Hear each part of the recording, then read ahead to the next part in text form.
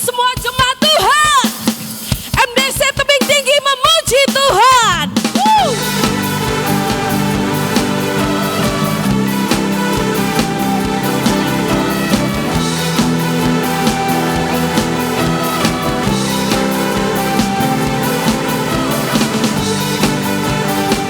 Terima kasih Tuhan.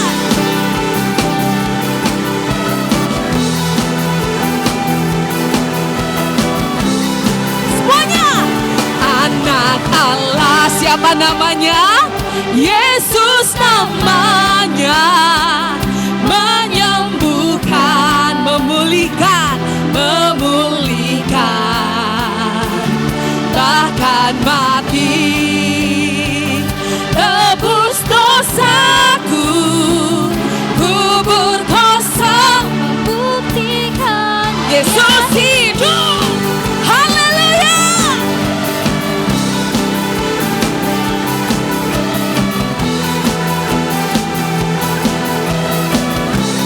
MDC, anak Allah siapa? Yesus namanya. Menyembuhkan, amin,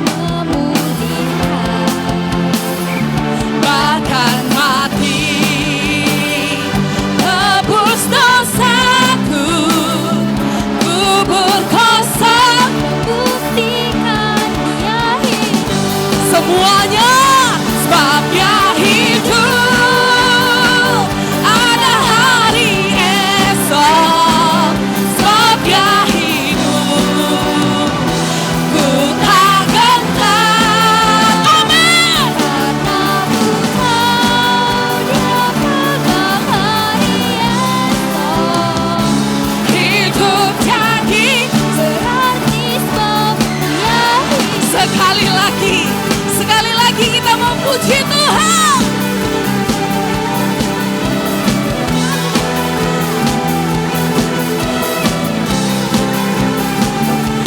Anak Allah Yesus namanya.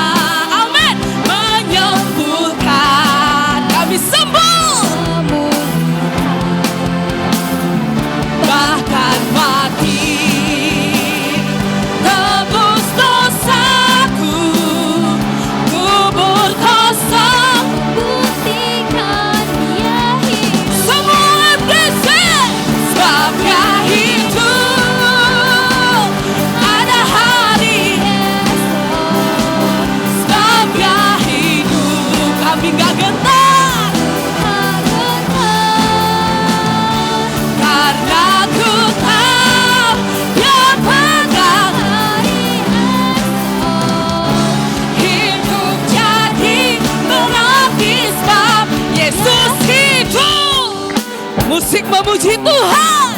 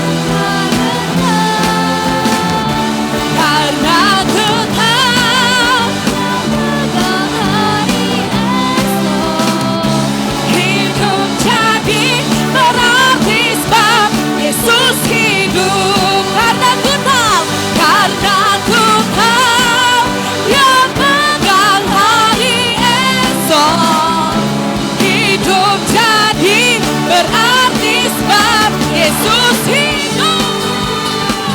Haleluya.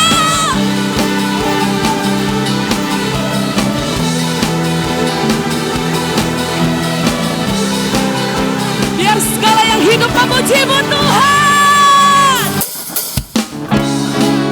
Mari semuanya yuk. Kita ada di tempat ini sebagai pemuji penyembah Tuhan. Amin. Haleluya. Biar bumi akan berlalu. Semuanya. Biar bulan tak bercahaya lagi. Biar langit akan bergoncang. Matahari tak bersinar lagi. Tetapi Tuhan Yesusku tak pernah apa? Tak pernah ingkar janji. Amin. Semua yang difirmankannya pasti akan Genapi. Iya. Biar bumi akan berlalu lagi. Biar bulan tak bercahaya lagi. Biar langit akan bergoncang. Matahari tak bersinar lagi. Tetapi Tuhan Yesusku selalu apa? Tak pernah ingkar. Gak pernah ingkar. Semua yang difirmankannya pasti akan di tangannya. Yuk mutar. Shalalalalala. Aku cinta Yesus. Semuanya. Yesus cinta saya. Shalala. Shalalalalala. Saya cinta. Shalalalalala. Yesus cinta saya.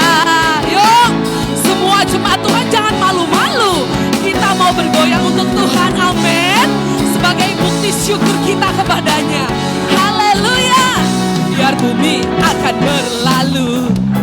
Biar bulan tak bercahaya lagi. Biar langit, matahari tak bersinar lagi. Tetapi tak pernah.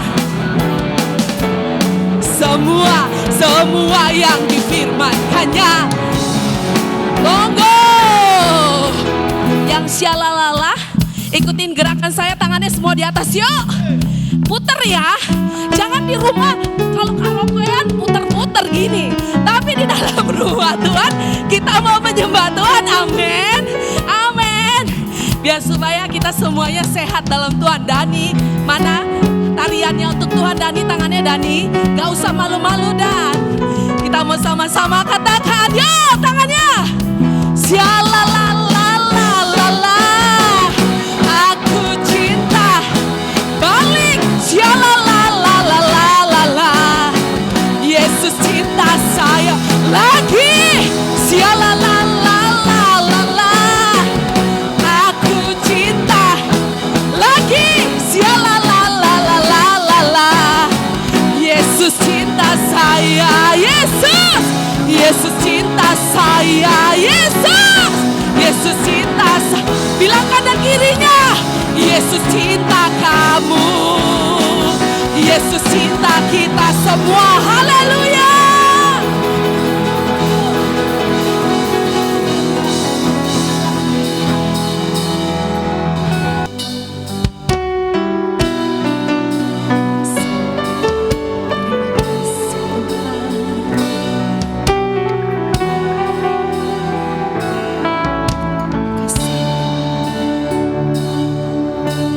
Tempat ini ya Bapak. Dalam segala keadaan, waktu berlimpah maupun kurang, tetap Yesus yang mempesona hatiku. Dia beri damai dan kesempatan baru di setiap musim kehidupan. Waktu ku kuat maupun lemah, tetap Yesus yang mempesona hatiku.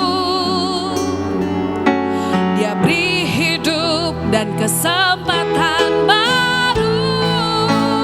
Sekali Yesus, selamanya Yesus.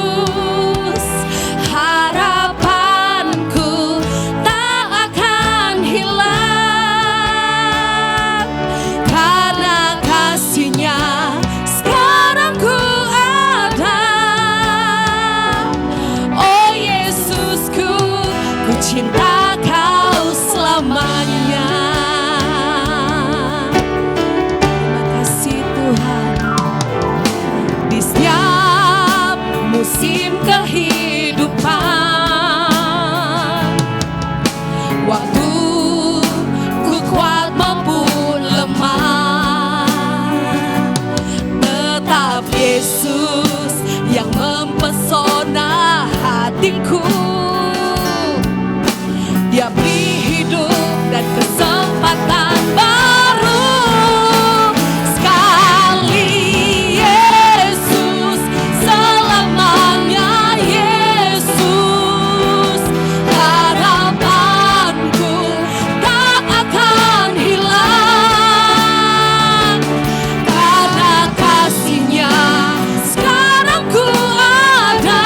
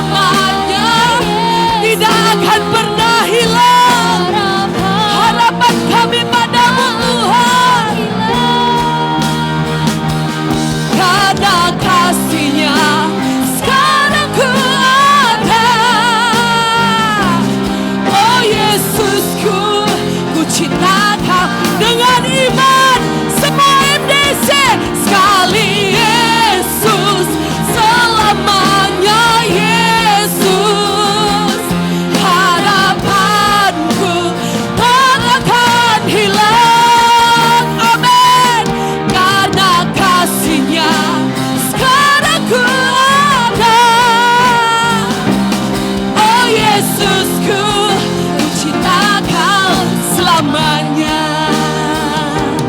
Karena kasih-Nya sekarang ku ada. Oh Yesusku, ku cinta Kau selamanya. Bersorak-sorai bagi Dia.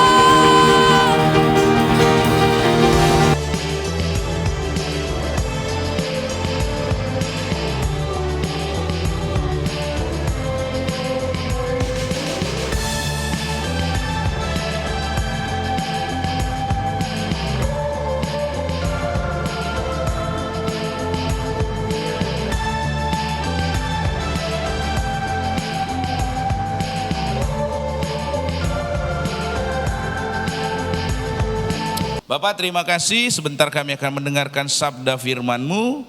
Pakailah hamba-Mu, urapilah setiap jemaat-Mu yang mendengar, supaya firman yang ditabur boleh jatuh di tanah yang subur, bertumbuh, berakar, dan berbuah. Nama Tuhan dipermuliakan. Dalam nama Yesus kami berdoa, haleluya. Amin. Puji nama Tuhan. Tak terasa sudah sampai kita di bulan Juli, Bapak Ibu Saudara-saudari. Ya, di bulan Juli ini, boleh ya, tampilkan. Kita memasuki tema yang baru, suatu tema yang sangat menarik untuk kita bisa menjadi berkat di sepanjang bulan ini.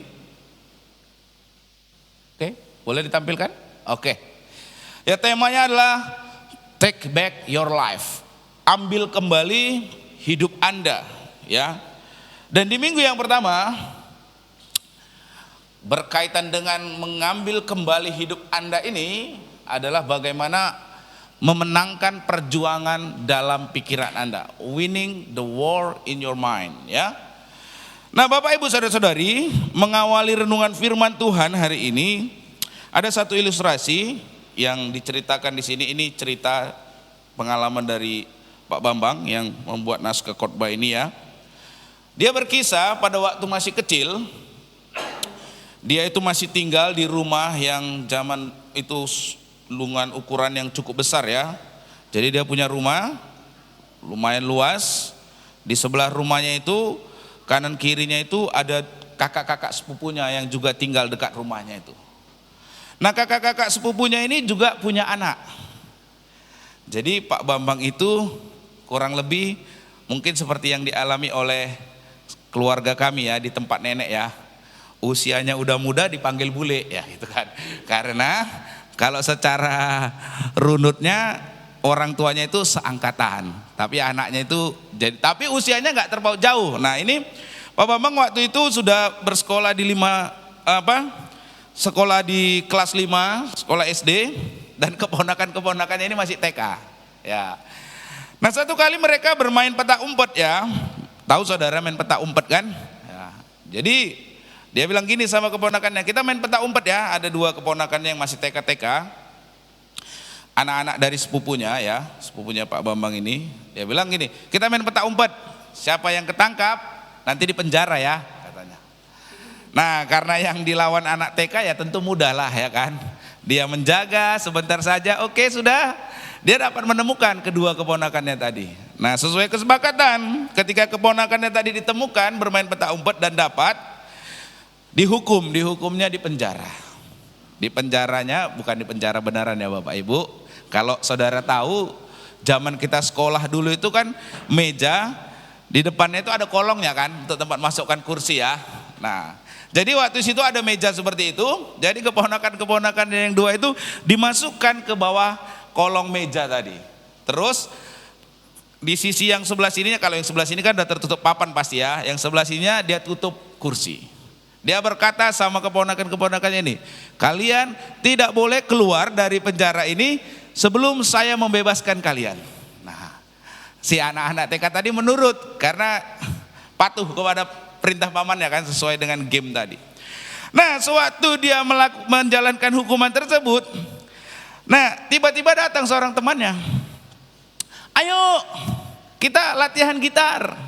Nah, Pak Bambang lupa kalau dia sedang menghukum dua keponakannya tadi di bawah kolong meja dan mengatakan mereka tidak boleh keluar sebelum saya bebaskan. Dua keponakannya masih tetap di bawah kolong meja. Dia pergi. Dia pergi dengan temannya sampai dengan sore hari.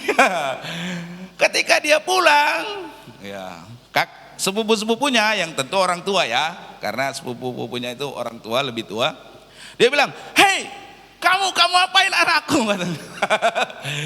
Cilaka 12. Pak Bambang baru sadar, ternyata waktu dia pergi, ya, meninggalkan yang masih di dalam penjara tadi, ya, anak-anaknya masih di situ, dia belum bebaskan, sehingga anak-anak tadi tuh nangis dan berteriak-teriak. Nah, apa yang menarik dari cerita ini, Bapak Ibu? Nah, yang menarik dari cerita ini, Bapak Ibu, ya, yang dapat kita pelajari, betapa besarnya pengaruh dari kata-kata yang masuk dalam pikiran seseorang. Nah, apabila kata-kata itu dipercaya, maka hal itu akan mempengaruhi seluruh kehidupan orang tadi. Sama seperti keponakannya tadi. Padahal kalau mereka mau keluar dari penjara buatan tadi, tanda kutip, tinggal apa Bapak Ibu? Tinggal dorong kursinya. Tetapi mereka sangat mempercayai kata-kata dari pamannya tadi. Apa yang dikatakan pamannya itu mereka tidak boleh keluar sebelum dibebaskan, itu mereka sangat percayai. Sehingga mereka tetap berada di situ. Yang padahal sebenarnya dengan mudah kalau didorong saja kursinya mereka bisa keluar. Nah, Bapak Ibu, saudara-saudari, kalau kita belajar dari kisah ini, sebenarnya apa yang memenjarakan mereka? Yang memenjarakan mereka bukan lagi meja ataupun kursi yang melintang. Tetapi yang memenjarakan mereka itu adalah apa? Perkataan. Perkataan yang dipercayai. Itulah yang memenjara dua bocah tadi. Nah, Bapak Ibu saudara-saudari, kata-kata itu dapat membangkitkan semangat ataupun juga melumpuhkan daya juang dari orang yang mendengar dan mempercayainya. Karena disitulah pentingnya Bapak Ibu saudara-saudari untuk kita menjaga pikiran kita. Karena sesungguhnya area pergumulan atau pertempuran kita sehari-hari itu adalah pada pikiran kita, Bapak Ibu saudara-saudari. Bapak Ibu saudara-saudari, betapa besarnya pengaruh dari kata-kata yang masuk ke dalam pikiran seseorang. Itu banyak sekali pengaruhnya, Bapak Ibu. Kalau kata-kata itu dipercaya, kata-kata tersebut itu akan mempengaruhi seluruh kehidupan orang. Nah, untuk itu Bapak Ibu saudara-saudari, kita akan belajar sebagaimana yang dikemukakan dalam 2 Korintus pasal yang 10 ayat 3. Kita belajar bagaimana ya suatu pengaruh dari kata-kata terhadap pikiran, ya saudara-saudari. Saya mengajak kita membaca 2 Korintus pasal yang ke-10 ayatnya yang ketiga sampai dengan ayatnya yang kelima. Firman Tuhan di sana, saya mengajak kita semua bangkit berdiri. Kita mau baca firman Tuhan, Bapak Ibu. Kita mau menghormati firman Tuhan. Ya. 2 Korintus pasal yang 10 ayat 3 sampai 5. Saya baca ayat 3, Bapak Ibu ayat 4, baru ayat 5 kita baca bersama-sama. Saya baca duluan, 1, 2, 3. Memang kami masih hidup di dunia, tetapi kami tidak berjuang secara duniawi. Ayat 4 Bapak Ibu, 1, 2, 3, ya.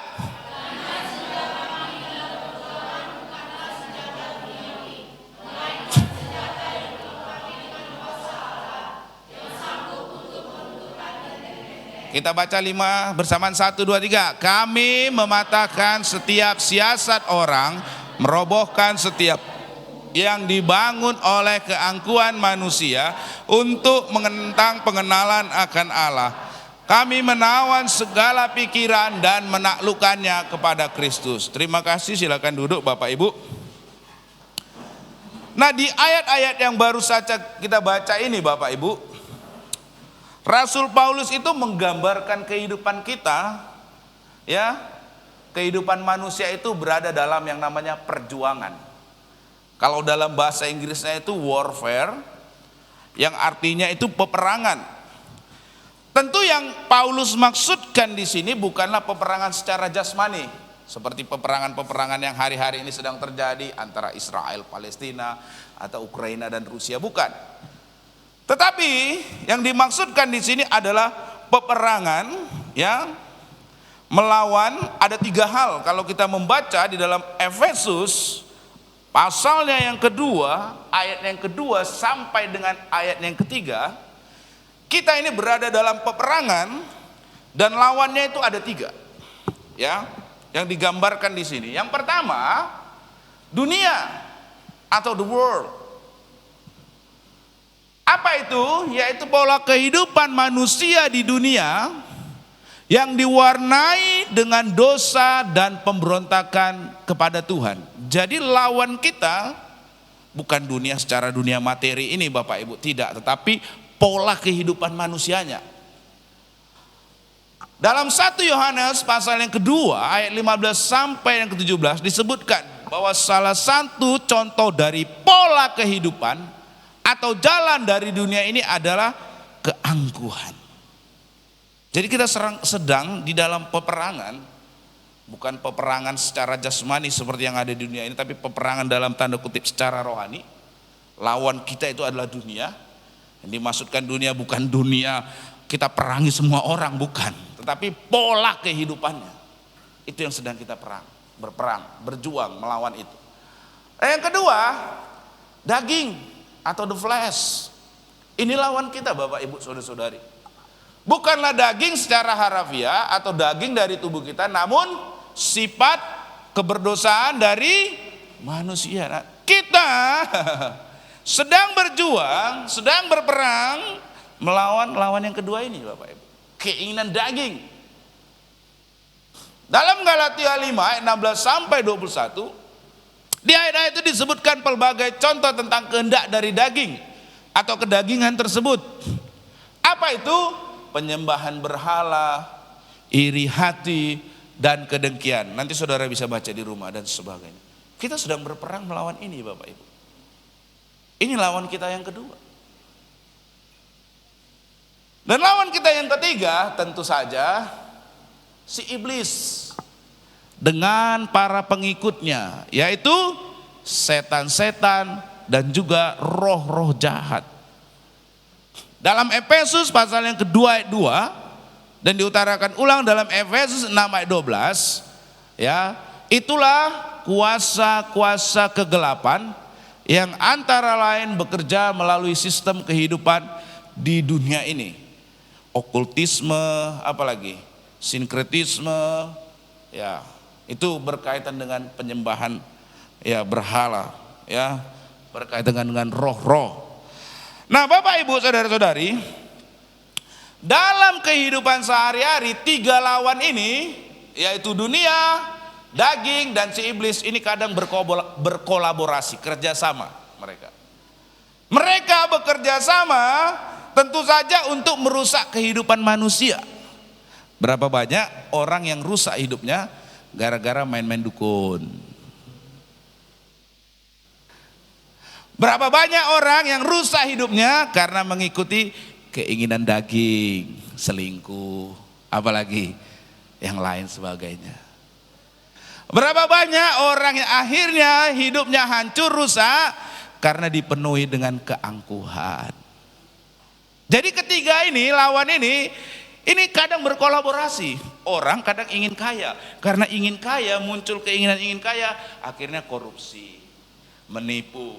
Orang karena ingin kaya akhirnya pakai dukun, ya kan?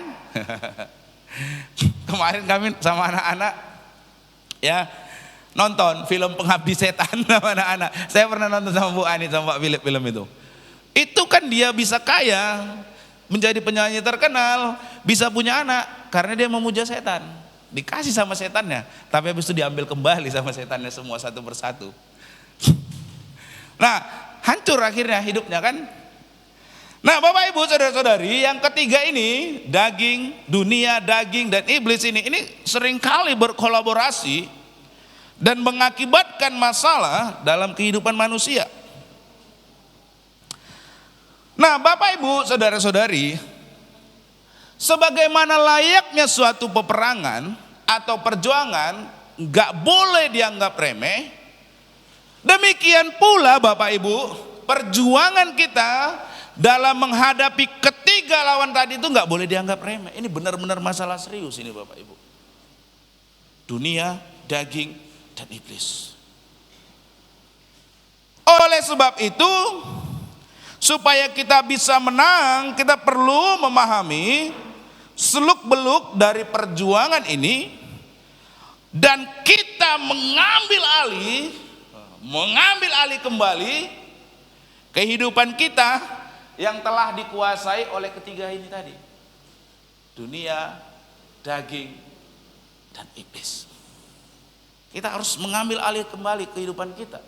Itulah tujuan kita di sepanjang bulan ini. Kita perlu mengambil alih kembali hidup kita yang selama ini dikuasai dunia, daging, dan iblis. Nah, dengan mengacu kepada firman Tuhan yang kita sudah baca tadi dalam 2 Korintus pasal yang ke-10 ayat 3 sampai dengan yang ke-5, dari sini kita dapat simpulkan Bapak Ibu saudara-saudari bahwa perjuangan kita sehari-hari yang pertama itu adalah terjadi dalam pikiran kita. Katakan bersama dengan kanan kiri saudara, perjuangan kita terjadi dalam pikiran kita. Katakan kanan kiri saudara ya, senggol dulu kanan kiri saudara. Bilang, perjuangan kita sehari-hari adalah terjadi dalam pikiran kita. Makanya saudara sering ketemu banyak orang kan, kok mukanya lesu kali, mukanya muram kali, banyak pikiran. Ya kan sering gitu kan, banyak pikiran. Nah Bapak Ibu saudara-saudari, tentang hal ini di dalam 2 Korintus pasal 10 ayat 5 ditutarakan begini tadi. Kami mematahkan setiap siasat orang dan merobohkan setiap kubu yang dibangun oleh keangkuhan manusia untuk menentang pengenalan akan Allah. Kami menawan segala pikiran dan menaklukkannya kepada Kristus. Nah Bapak Ibu saudara-saudari, di sini Rasul Paulus di dalam perjuangannya ia menawan pikirannya dan menaklukkan pikirannya di bawah Kristus. Mengapa?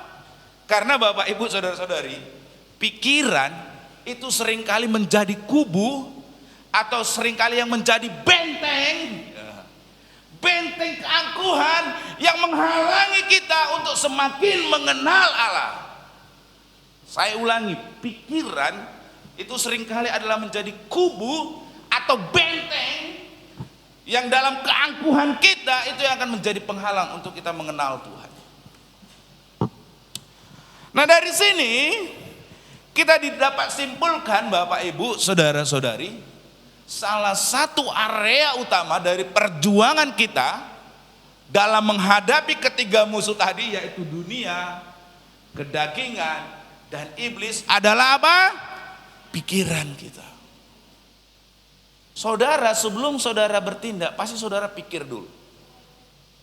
Sebelum saudara pikir dulu, saudara pasti percaya apa yang saudara pikirkan itu benar. Contoh, selingkuh itu gak masalah. Saudara percaya itu. Kemudian saudara akan memikirkan itu terus. Ya memang gak ada salahnya kok. Kan cuma sekali seumur hidup dan lain sebagainya. Saudara pakai pikiran kan. Setelah saudara pikirkan itu dan saudara percaya itu tidak benar, saudara akan melakukan tindakannya. Ya kan? Benar tidak Bapak Ibu? Pikiranlah yang seringkali menjadi kubu benteng kita untuk semakin mengenal Tuhan. Ya nggak usahlah perlu penting-penting kali ke gereja itu. Absen aja juga nggak apa-apa. Itu dari mana? Pikiran saudara. Ah nggak usahlah doa, nggak usahlah kesan, nggak usahlah ini tuh. Pikiran. Itu karena seringkali di dalam pikiran kita kita membenarkan itu. Itu sebabnya pikiran itu menjadi kubu benteng kita. Orang pasti selalu berusaha merasionalisasikan hal yang tidak benar menjadi benar di mana? Di pikiran. Oleh karenanya ini salah satu area ya dalam melawan ketiga musuh tadi, pikiran kita. Nah, memang iblis, roh jahat itu dapat bekerja di dalam berbagai area, bisa saja. Tapi yang paling utama, iblis biasanya bekerja di dalam pikiran. Ini menarik ya, cerita dari Pak Bambang kembali ini menarik. Dia punya teman satu kelas, temannya itu rumahnya dekat kuburan. Teman-temannya bertanya, kau kalau pulang apa nggak takut? Rumahmu kan dekat kuburan, apa nggak seram? Dia bilang apa? Gampang. Kalau memang hantu itu ada, dia memunculkan aku, dia muncul sama aku pura-pura pingsan aja. Kalau aku udah pingsan, dia mau ngapain lagi? Kan nggak bisa ngapa-ngapain lagi, katanya. Ya benar juga.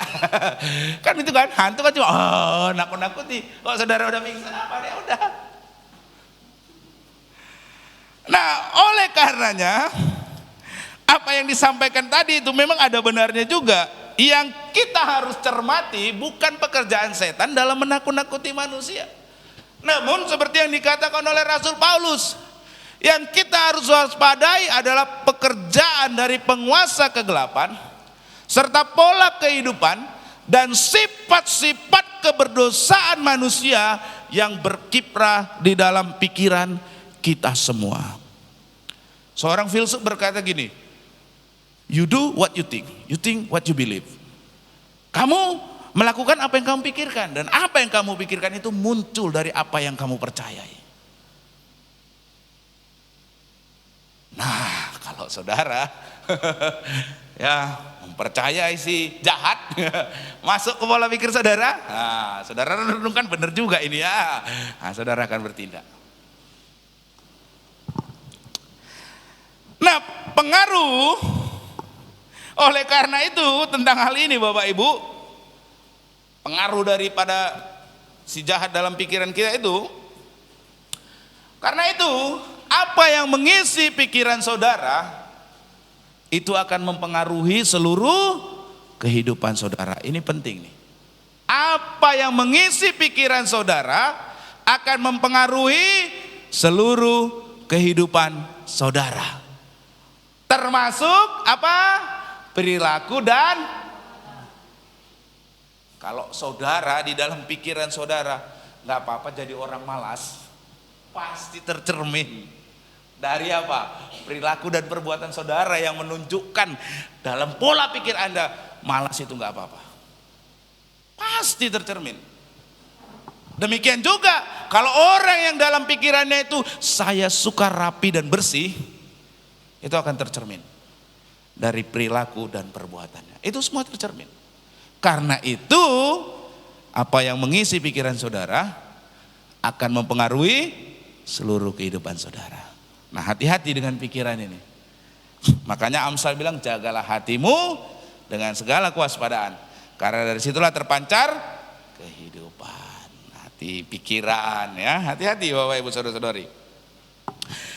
Nah, hal ini juga dikemukakan oleh James Allen ya, seorang penulis internasional dalam bukunya yang berjudul As a Man Thinketh, dalam buku yang sudah terbit 120 tahun yang lalu dan yang judulnya dia ambil dari firman Tuhan dalam Amsal pasal yang ke-23 ayat yang ke-7 yang berbunyi, yaitu seperti orang yang membuat perhitungan dalam dirinya, demikianlah ia, atau yang dalam bahasa Inggris as a man think in his heart, so is he. Dia menulis seperti berikut Bapak Ibu Saudara-saudari. Seperti tanaman yang tumbuh dari dan tidak mungkin tanpa benih, demikian pula setiap tindakan kita muncul dari benih pikiran yang tersembunyi dan tidak dapat muncul tanpa benih tersebut. Setuju atau tidak setuju Bapak Ibu? Pernah ada benih pohon tumbuh tanpa benih? Ada. Pasti wajib ada benih. itu. Setiap benih pikiran yang ditaburkan atau dibiarkan tertanam dalam pikiran dan berakar di sana akan menghasilkan jenisnya sendiri. Pikiran yang baik menghasilkan buah yang baik. Pikiran yang buruk menghasilkan buah yang buruk. Ini benar sekali apa yang dia tulis. Tidak mungkin sebuah tanaman tumbuh tanpa ada bibitnya. Yang baik menghasilkan yang baik. Yang buruk masuk pasti menghasilkan yang. Karena itu saudara harus menyadari betapa pentingnya menjaga pikiran saudara. Kenapa? Karena itu area perjuangan saudara dalam kehidupan sehari-hari ini semua di pikiran Bapak Ibu saudara-saudari. Dan itulah wilayah yang ingin oleh dikuasai ketiga lawan tadi. Dan kalau mereka berhasil menguasainya dan membangun benteng kubu dalam pikiran saudara, maka hidup saudara akan menjadi berantakan. Nah ini saudara, kalau sampai ya yang gak baik ini, pikiran saudara dikuasai oleh daging, dunia, iblis. Waduh, dibangun dahan di sana pikiran saudara sekitar 3 hal tadi menjadi kubu benteng, udahlah. Makin sulitlah saudara mengenal Tuhan. Dan hidupnya akan menjadi berantakan. Tentang hal ini juga kita perlu memperhatikan apa yang dikatakan oleh Martin Luther, seorang tokoh reformator. Dia bilang, you cannot keep birds from flying over your head, but you can keep them from building nets into your hair.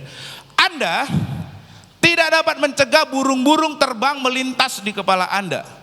Namun Anda dapat mencegah mereka untuk membangun sarang di rambut Anda. Bapak Ibu saudara-saudari, berkata seperti itu Martin Luther ingin menegaskan bahwa kita semualah yang bertanggung jawab menjaga pikiran kita.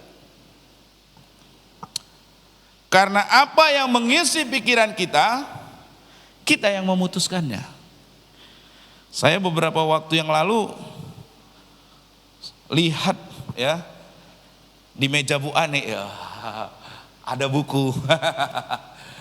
Saya lihat, wah bukunya bagus.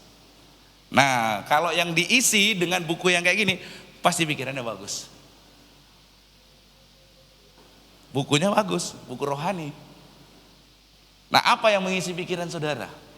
Saudara yang bertanggung jawab mau diisi dengan apa. Kita yang memutuskan ini.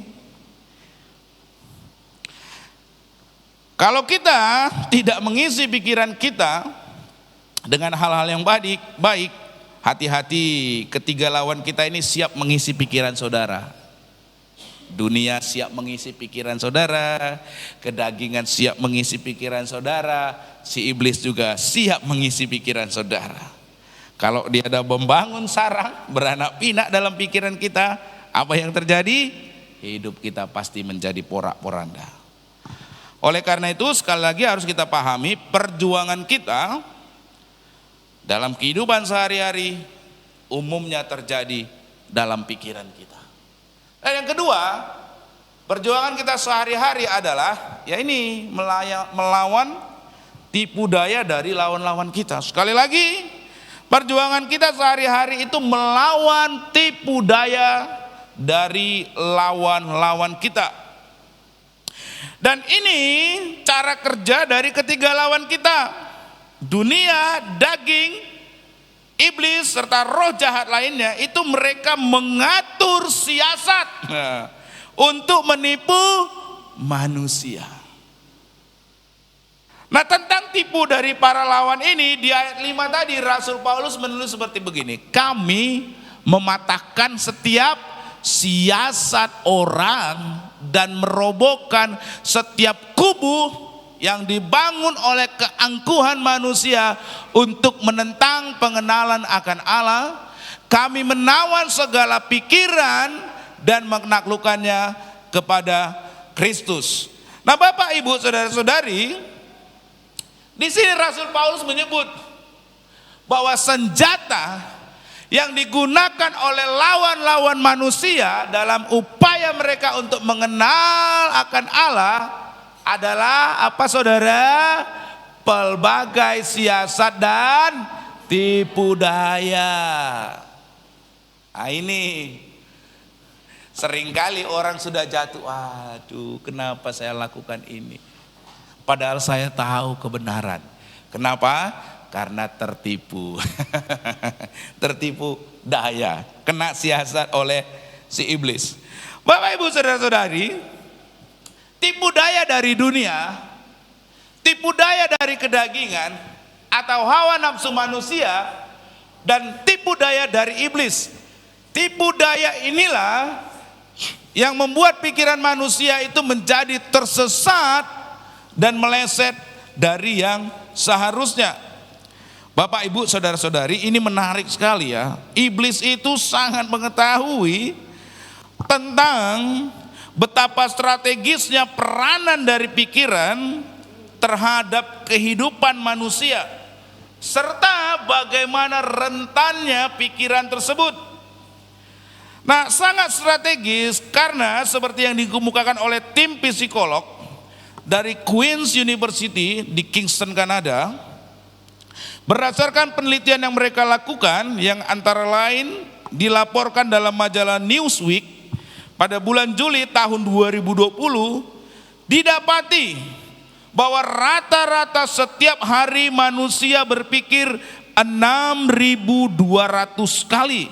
Wow.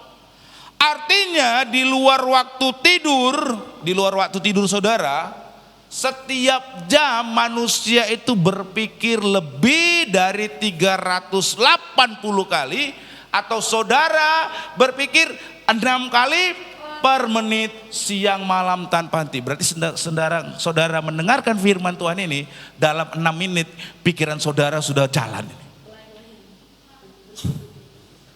Sudah jalan pikiran saudara 6 menit ya. Ketika saya menyampaikan per menitnya ini 6 kali saudara ada berpikir, entah mungkin nanti makan apa, jemuran belum diambil, nasi belum dimasak, apa itu, entah nggak tahu yang mana. Saudara sedang berpikir. Nah, iblis tahu betul ini manusia itu banyak berpikir. Makanya tadi di awal saya bilang, kalau mukanya suntuk pasti dibilang banyak pikiran.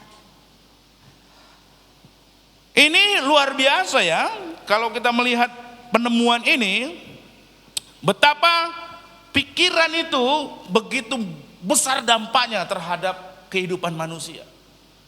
Tetapi dari penemuan ini juga mencatat bahwa betapa rentannya manusia. Kenapa? Karena siapa yang menguasai pikiran, dialah yang mengendalikan kehidupan manusia tersebut. Kalau yang menguasai pikiran manusia adalah kebenaran, maka kehidupannya akan dipimpin oleh kebenaran, hidupnya benar. Tapi kalau yang menguasai pikirannya, ketiga hal tadi, daging, dunia, dan iblis, apa yang terjadi? Ya, you do what you think what you believe. Dalam 6 menit, dalam 1 menit 6 kali saudara berpikir tentang yang jahat, itulah yang mengendalikan hidup kita. Ini dampaknya luar biasa, tapi menunjukkan kerentanan manusia juga yang luar biasa. Kalau kita melihat tentang Adam dan Hawa di Taman Eden, bukankah si iblis dalam tanda kutip menipu daya si Hawa? Benar kan? Kata siapa kamu mati? Makan aja. Terpengaruh dia oleh kata-kata si iblis kan? Masuk di pikirannya kan? Gak apa-apanya dimakan rupanya. Dia sampaikan sama suaminya, gak apa-apa lo dimakan, kita gak mati, malah kita makin tahu kehidupan. Tahu-taunya jadi jatuh dalam dosa. Benar kan? Ditipu daya. Karena apa? Manusia itu suka berpikir. Dan ini satu strategi si iblis nih. Makanya yang dikuasai dulu pikirannya. Kalau cuma ditakut-takuti nggak ada gunanya saudara. Tapi kalau pikirannya udah dikuasai, wah dampaknya luar biasa. Nah, besarnya pengaruh dari pikiran tersebut juga Dapat kita lihat pada perilaku seekor kucing kecil yang diberi nama Marlin.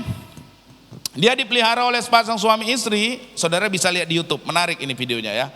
Di Outer Banks, North California. Yang menarik ini Marlin ini kan apa saudara? Anjing ini, apa saudara? Oh nggak salah lihat berarti saudara, belum ngantuk saudara berarti kan ya. Saudara tahu berarti ini kucing. Nah yang menarik si Marlin ini dibesarkan ya di dalam satu komunitas bersama dengan 4 ekor anak anjing. Dia sendiri kucing, yang lainnya itu 4 ekor anjing. Nah tentu si Marlin ini ya nggak bisa menggonggong seperti anjing yang saudara, dia tetap mengeong seperti layaknya seekor kucing. Hanya saja kalau seekor kucing biasanya hewan yang tidak menyukai air, maka tidak demikian halnya dengan si Marlin ini. Oh Marlin ini gemar mandi saudara. Dia gemar berenang. Kalau kucing takut air kan. Ini malah gemar berenang. Nah Bapak Ibu saudara-saudari, kalau pasangan Mac dan Hawkin ini pergi, mereka mengajak anjing-anjing mereka naik ke perahu, maka si Marlin juga ikut naik ke dalam perahu dan ikut berlayar. Nah kalau anjing-anjingnya itu terjun ke dalam air berenang, maka si Marlin juga ikut masuk ke dalam air dan berenang. Dan si Marlin sangat mahir berenang, bukan layaknya seperti seekor kucing, tetapi seperti anjing-anjing yang lain itu, teman-temannya itu. Nah kok bisa, dari mana semua itu berasal? Hal itu berasal dari pikiran yang ada dalam dirinya, yang menyangka bahwa yang sebenarnya dia adalah seekor kucing, tetapi di dalam pikirannya ia berpikir bahwa ia adalah seekor anjing. Nah Bapak Ibu saudara-saudari, kalau apa yang mengisi pikiran seekor kucing juga dapat mempengaruhi perilakunya, bukankah hal yang sama juga dapat terjadi dalam kehidupan kita? Apa yang mempengaruhi pikiran si Marlin ini mempengaruhi perilakunya, hal yang sama juga. Apa yang masuk dan mempengaruhi pikiran kita dapat mempengaruhi perilaku kita. Oleh karenanya Bapak Ibu saudara-saudari, kita nggak boleh bersikap sembrono terhadap apa yang mengisi pikiran kita. Kalau kita tidak hati-hati, kita dapat terperdaya oleh tipu muslihat dari dunia, kedagingan, dan iblis yang merupakan lawan-lawan kita. Ini hati-hati sekali Bapak Ibu. Apa yang mengisi pikiran seorang dapat mengubah perilaku orang tersebut. Ini contoh nyata ini. Ini kucing paling unik ini. Ya, karena dia berpikir dia seperti seekor anjing, 4 ekor anjing yang tadi, karena dibesarkan dari kecil bersama-sama anjing tadi. Padahal dia seekor kucing ya. Yang ketiga, perjuangan kita sehari-hari adalah dengan mengandalkan kuasa Allah. Ini yang gak kalah penting Bapak Ibu saudara-saudari. Yang ketiga, perjuangan atau peperangan rohani yang kita hadapi sehari-hari adalah dengan mengandalkan kuasa Allah. Tentang hal ini di ayat 4 tadi Rasul Paulus berkata seperti begini. Karena senjata kami dalam perjuangan bukanlah senjata duniawi, melainkan senjata yang diperlengkapi dengan kuasa Allah, yang sanggup untuk meruntuhkan benteng-benteng. Nah, yang menjadi pertanyaannya saudara, kalau saudara sedang berperang, saudara pakai senjata apa? Kalau di dalam dunia ini, kalau perang secara jasmani, saudara pakai granat, roket, rudal, bom, dan lain sebagainya. Kalau peperangan yang dimaksudkan di sini, senjatanya apa? Untuk bisa kita ngelawan nih, tipu daya dari para lawan-lawan kita. Nah kalau kita membaca, nanti saudara baca di rumah ya, dalam Efesus 6 ayat yang ke-10 sampai 17, di sana itu ada banyak senjata. Senjata-senjata Allah yang perlu ada dalam diri kita untuk kita bisa memenangkan peperangan ini, ya. Nah, salah satu senjata yang penting untuk kita bisa menang melawan tipu muslihat iblis, senjatanya yakni kebenaran.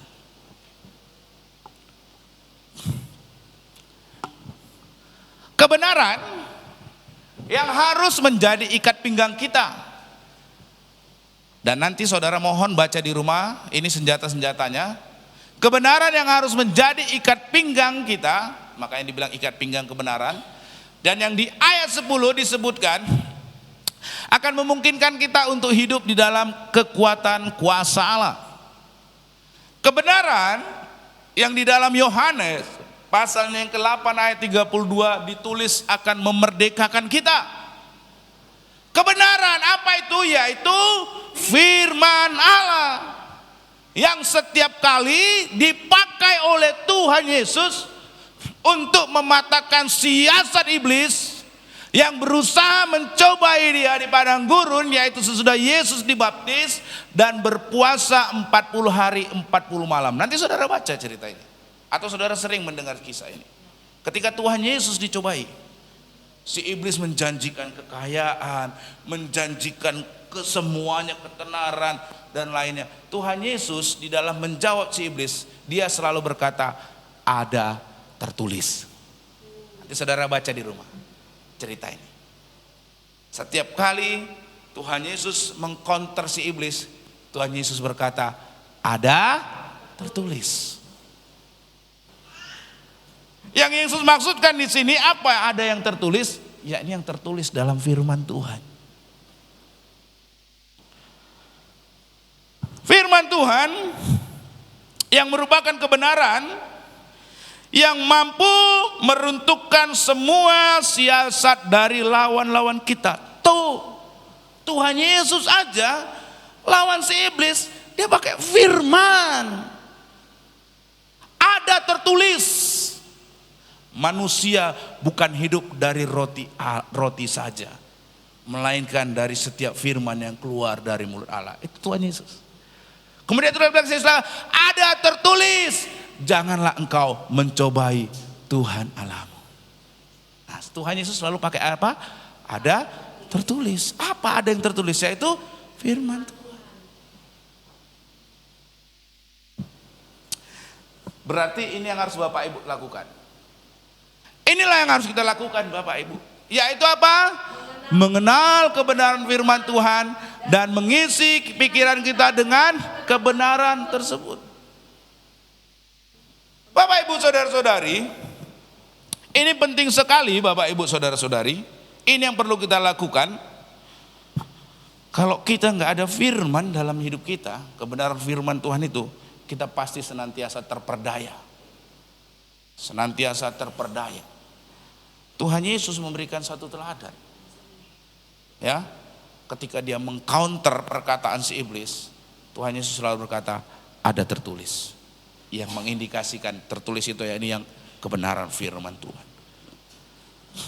Kalau kita mengisi hidup kita dengan mengenal kebenaran, maka saudara, Bapak Ibu saudara-saudara, kalau saudara mengisi pikiran dengan kebenaran, saudara akan mampu mengenali hal-hal yang palsu. Betul kan?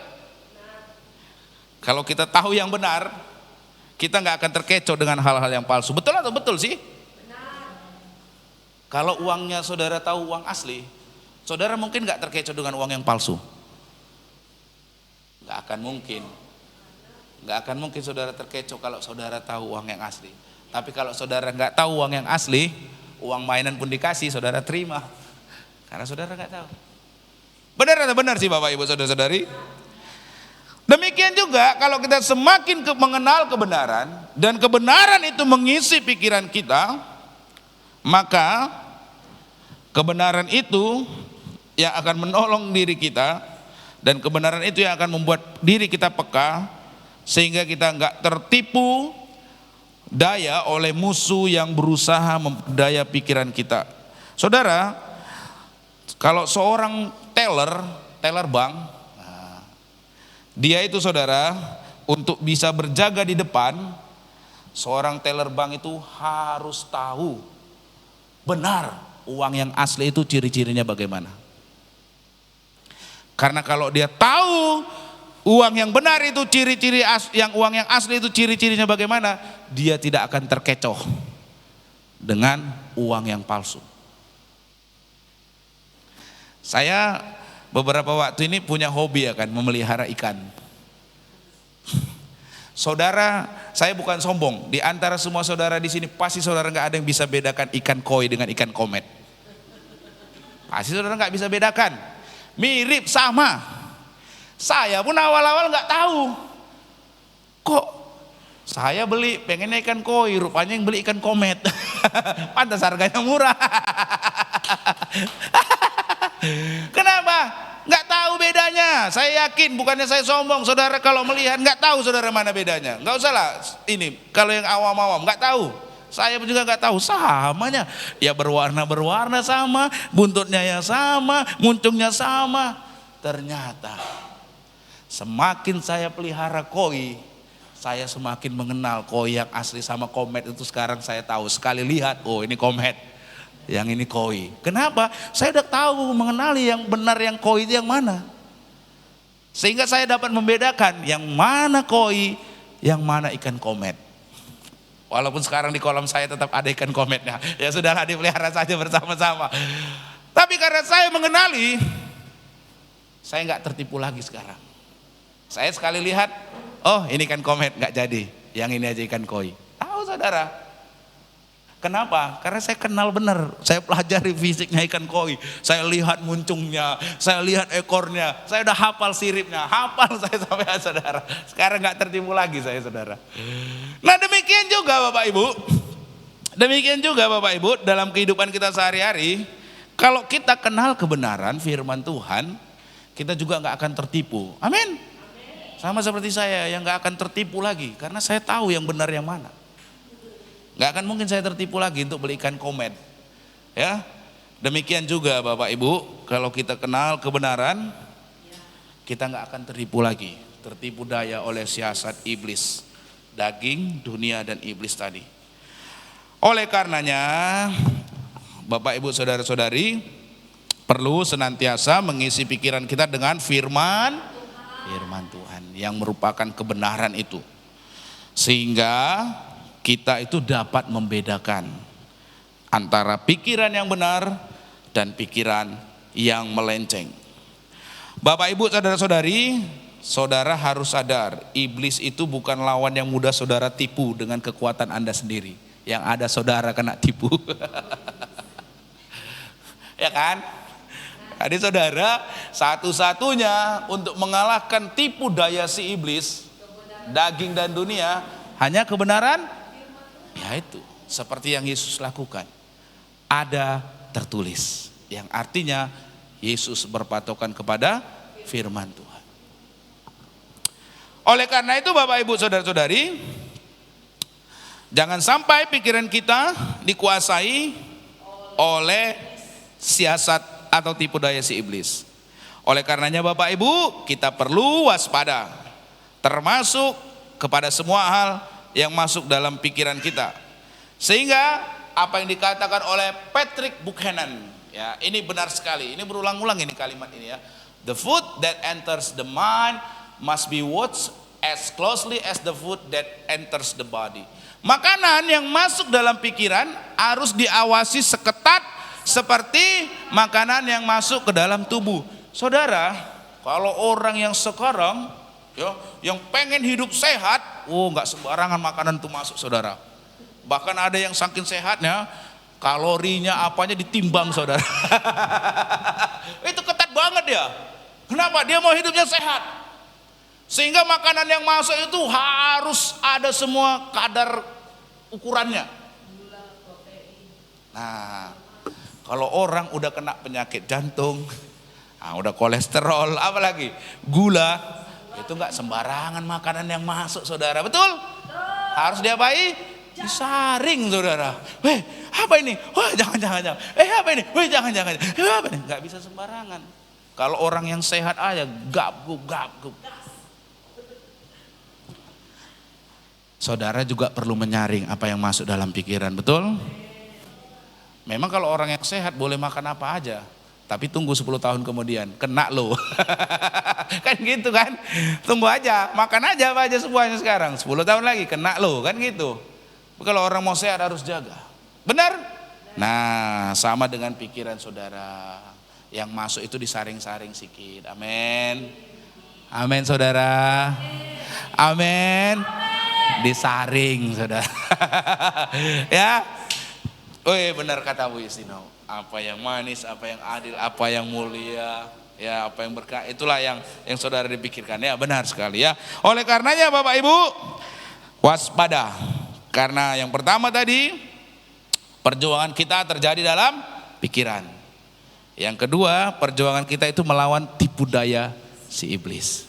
Yang ketiga, kalau kita mau menang, gunakan senjata kebenaran. Amin. Hanya itu saudara, hanya itu. Kalau saudara mengandalkan pikiran saudara, itu seperti saudara membuat kubu, benteng dalam pikiran saudara. Oh, saya bisa A, B, C dan lain sebagainya. Itulah yang akan membuat saudara tidak akan bisa mengenal Tuhan. Paulus nasihatkan tadi, dia harus menawan pikiran dan menaklukkan pikiran itu kepada Kristus. Amin. Itu baru saudara bisa menang. Gunakan senjatanya apa saudara? Firman Tuhan. Kalau mulai ada yang mengajar-ngajarkan yang gak baik, langsung saudara bilang ada tertulis. Amin saudara. Ya, kalau udah mulai ada yang membuat gini, katakan seperti Tuhan Yesus, ada tertulis. Tapi saudara harus tahu ada tertulis di mana dan apa isinya. Jangan saudara ada tertulis, tapi saudara ngomong kebenaran Anda sendiri. Itu bukan kebenaran firman Tuhan. Amin. Amin. Mari tundukkan kepala kita bersatu dalam doa. Terima kasih ya Tuhan, kami bersyukur untuk kebenaran firman Tuhan. Kami mau ambil kembali kehidupan kami yang sudah dikuasai oleh dunia daging dan si iblis. Kami belajar hari ini bahwa peperangan itu seringkali terjadi dalam pikiran kami. Bagaimana si iblis melancarkan tipu dayanya, tipu muslihatnya, siasatnya untuk memperdaya pikiran kami. Tapi kami hari ini belajar untuk kami melawan itu semua, supaya kami menang di dalam peperangan ini. Kami menggunakan senjata, yakni kebenaran, yakni firman-Mu Tuhan. Hanya itulah senjata kami yang mampu mengalahkan, mengatasi segala tipu daya si jahat. Supaya kehidupan kami yang satu kali ini menjadi kehidupan yang bermakna dan bermanfaat. Terima kasih Tuhan untuk kebenaran firman-Mu.